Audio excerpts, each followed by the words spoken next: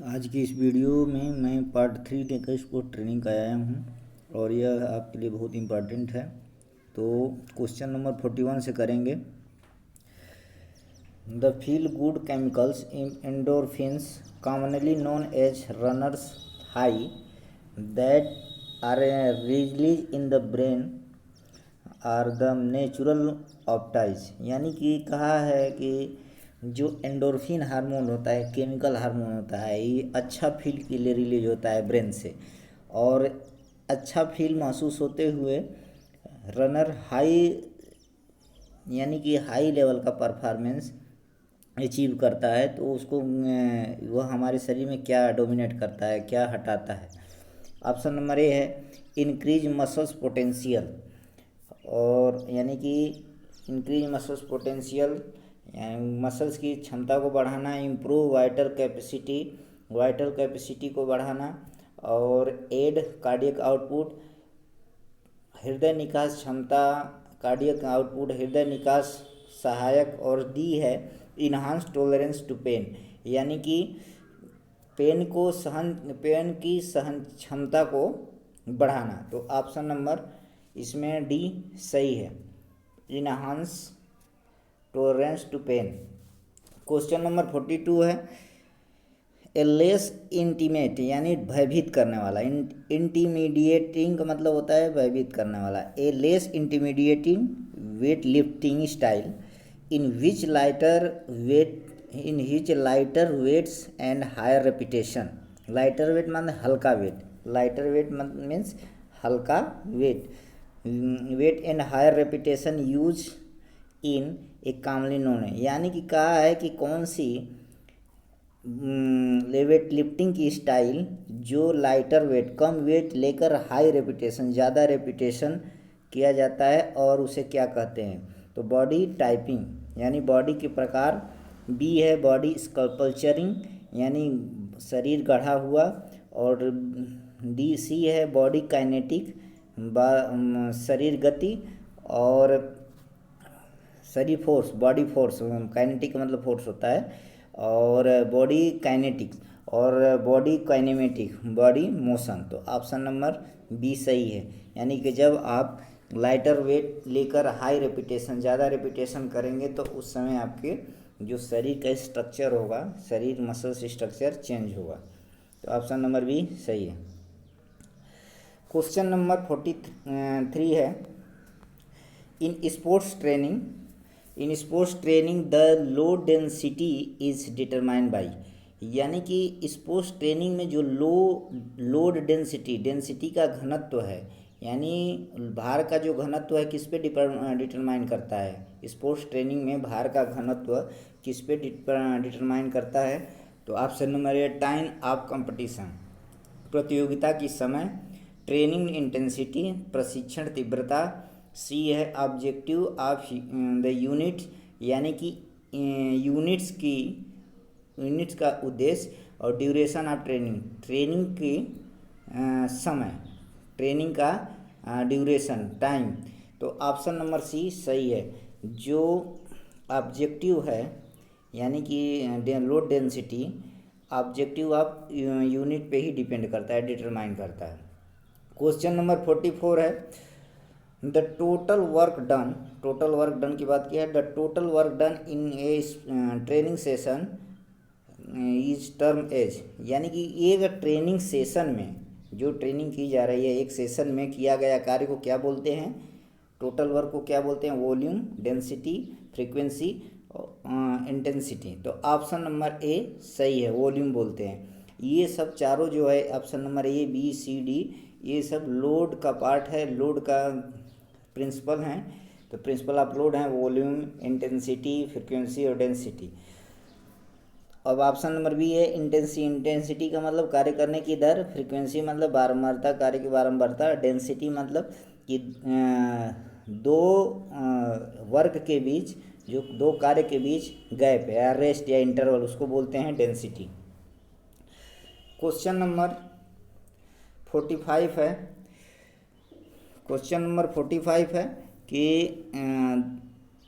The number of times A motor stimulus is given is generally called, यानी कहा है कि अधिक संख्या में मोटर स्टिमुलस यानी गामक उद्दीपन का देना कहा जाता है। नंबर ऑफ टाइम, अधिक संख्या में गामक उद्दीपन का देना कहा जाता है। सामान्य रूप से क्या कहा जाता है? स्टिमुलस ऑफ लोडिंग, यानी कि भार स्टिमुलस उद्दीपन। और बी है प्रोग्रामिंग ऑफ स्टिमुलस, यानी कि कार्यक्रम का उद्दीपन। और सी है फ्रीक्वेंसी ऑफ स्टिमुलस, उद्दीपन की बारंबारता। और डी है stimulus scheduling.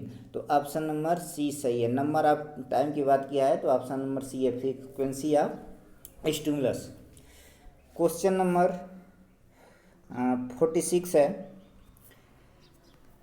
Better performance capacity to cope with demand responsible for distributing athletes psychophysiological equilibrium due to the overloading is known as, यानी कहा है कि बेटर परफॉर्मेंस के लिए जब एथलीट की साइको यानी मनो और फिजियोलॉजिकल इक्विलिब्रियम को संतुलित करता है ओवरलोड के कारण, तो उसे क्या कहते हैं? साइको और फिजियोलॉजिकल जब कैपेसिटी को बेटर परफॉर्मेंस के लिए डिस्ट्रीब्यूट मतलब वितरित करता है और संतुलित बनाए रखता है तो उसको बोलते हैं training. Option number B adaptation, adjustment और चेंज। तो अब ऑप्शन नंबर बी सही है, एडाप्टेशन बोलते हैं। क्वेश्चन नंबर 47 है, the harder the muscles work the greater the amount of glycogen they require to cope with the increase, यानी कि हार्डर कठोर मसल्स वर्क के लिए ग्रेटर बड़े अमाउंट में ग्लाइकोजन की ज़रूरत होती है। बड़े अमाउंट में ग्लाइकोजन की ज़रूरत होती है। जो ग्लाइकोजन की ज़रूरत हमें बढ़ती है किस कारण हमें ज़्यादा ग्लाइकोजन की ज़रूरत होती है? तो ऑप्शन नंबर ए है नंबर ऑफ मेंटल स्ट्रेसेस, यानी मानसिक दबाव के कारण। और बी है लेवल ऑफ एक्टिवेशन और सी है वॉल्यूम ऑफ फटीग, यानी थकान का आयतन। और डी है डिमांड फॉर एनर्जी ऊर्जा के लिए मांग। तो ऑप्शन नंबर डी सही है, इसलिए ग्रेटर अमाउंट ऑफ ऑक्सीजन की ज़रूरत होती है। क्वेश्चन नंबर 48 है,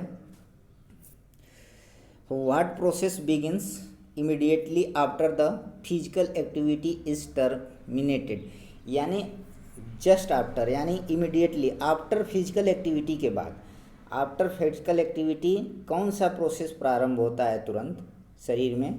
तो द रिकवरी प्रोसेस, यानी रिकवरी की प्रक्रिया, रिलैक्सेशन की प्रक्रिया, रेस्टिंग की प्रक्रिया या रिक्रेशनल प्रक्रिया। तो जैसे ही आप एक्टिविटी ख़त्म करते हैं उसके तुरंत बाद रिकवरी का प्रोसेस स्टार्ट हो जाता है। तो ऑप्शन नंबर ए सही है। क्वेश्चन नंबर 49 है, which of the following condition is known as state of decrease performance capacity, निम्नलिखित में से कौन सा ऐसा कंडीशन है जो परफॉर्मेंस कैपेसिटी को घटाता है, डिक्रीज करता है? निम्नलिखित में से कौन सी ऐसी परिस्थिति है जो परफॉर्मेंस कैपेसिटी को घटाती है?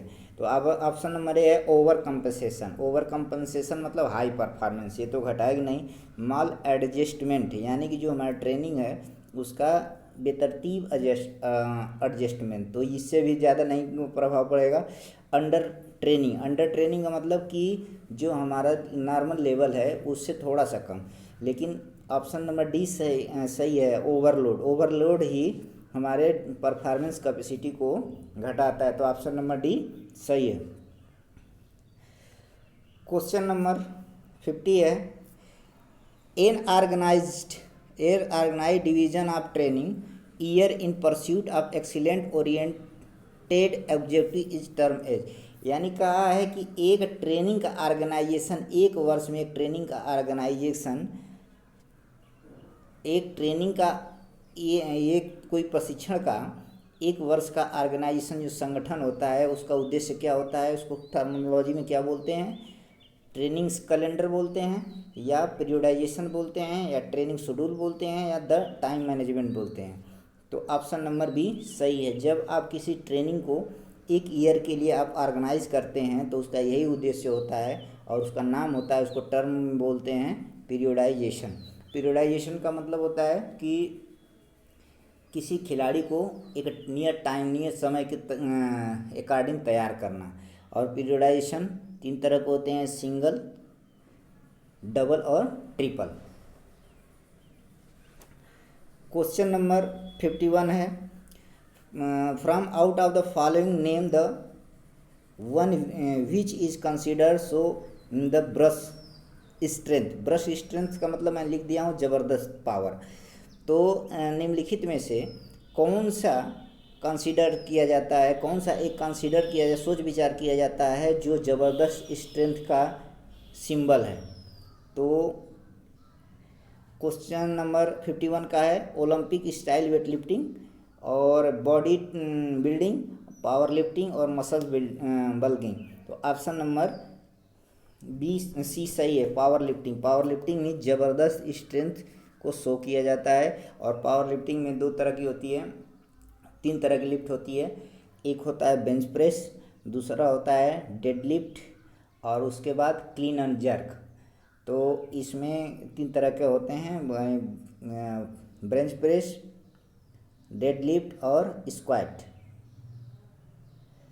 और इस स्किन क्लीन और जर्क, क्लीन और जर्क बोलते हैं, क्लीन और जर्क। क्वेश्चन नंबर 52 है, how many weeks. Question number 52 है कि how many weeks does it take for the body to experience this first phase of muscles growth when a athlete fall on strength training move. यानी कहा है कि जब कोई athlete किसी strength training में मूव करता है तो कितनी फर्स्ट फेज मसल ग्रोथ के लिए कितने वीक लग जाते हैं। यानी कि जब कोई एथलीट स्ट्रेंथ ट्रेनिंग में मूव करता है और तो उसके मसल ग्रोथ के फर्स्ट फेज में कितने वीक लग जाते हैं, 2 से 4 वीक, 4 से 6 वीक, 6 से 8 वीक और 8 से 10 वीक। तो ऑप्शन नंबर सी सही है, उसे 6 से 8 वीक लग जाते हैं फर्स्ट फेज में। क्वेश्चन नंबर 53 है, क्वेश्चन नंबर 53 की बात करते हैं, which of the following period is not mention in the process of periodization. निम्नलिखित में से कौन सा पीरियोडाइजेशन का प्रोसेस नहीं है। तो ऑप्शन नंबर ए है period of preparation, period of conceptual planning और period of competition, period of transition. तो जब आप कोई पीरियोडाइजेशन पढ़े होंगे तो ऑप्शन नंबर ए है जो प्रिपरेटरी पीरियड होता है, कंपटीशन पीरियड होता है और ट्रांजिशनल पीरियड होता है, 3 पीरियड होते हैं। तो इसमें ऑप्शन नंबर जो बी है वो नहीं है, पीरियड ऑफ कॉन्सेप्चुअल प्लानिंग। अब क्वेश्चन नंबर 54 है, during the preparation period which is the longest of the all period outmost emphasize laid to. यानी कि कहा है कि प्रिपरेटरी पीरियड के दौरान निम्नलिखित में से सब में से कौन सबसे लॉन्ग पीरियड होता है जिस पे ज़्यादा जोर दिया जाता है, ज़्यादा एम्फसाइज किया जाता है। प्रिपरेटरी पीरियड के दौरान निम्नलिखित में से कौन सा ऐसा पीरियड है, लॉन्गेस्ट पीरियड है जिसमें ज़्यादा जोर दिया जाता है। तो develop of basic components performance, यानी बेसिक कंपोनेंट्स परफॉर्मेंस को डेवलप करने के लिए, planning of the year long training program, लंबे समय तक ट्रेनिंग प्रोग्राम को प्लानिंग के लिए, और perfect the fundamental skill of the sports, यानी परफेक्ट जो मूलभूत स्पोर्ट्स की स्किल है उसके लिए, और प्रिपेयरिंग वन सेल्फ साइकोलॉजिकली, यानी खुद से साइकोलॉजिकली मनोवैज्ञानिक रूप पर तैयारी। तो 54 का ऑप्शन नंबर जो है ए सही है, यानी कि जो प्रिपेरी पीरियड होता है development of basic components of performance, जो बेसिक कंपोनेंट हैं परफॉर्मेंस के तो उसको डेवलप किया जाता है। और बेसिक कंपोनेंट क्या हैं, strength, speed, flexibility, coordination, power, ये सब आपका बेसिक कंपोनेंट हैं। तो यह वीडियो का लास्ट क्वेश्चन था और इसी तरह मैं वीडियो कंटिन्यू करता रहूँगा और स्पोर्ट्स ट्रेनिंग का अच्छे अच्छे क्वेश्चन मैं 200 क्वेश्चन डालूँगा। इसलिए आप लोग वीडियो को लाइक करें, शेयर करें, सब्सक्राइब करें ताकि हमारी हर वीडियो का नोटिफिकेशन आप तक पहुंचे। और इस वीडियो के लास्ट में मैं डिस्क्रिप्शन डाल दूंगा जो पार्ट 2 और पार्ट 3 है वीडियो स्पोर्ट्स ट्रेनिंग का, आप लोग वहाँ से लिंक प्राप्त कर सकते हैं। Thanks for watching video.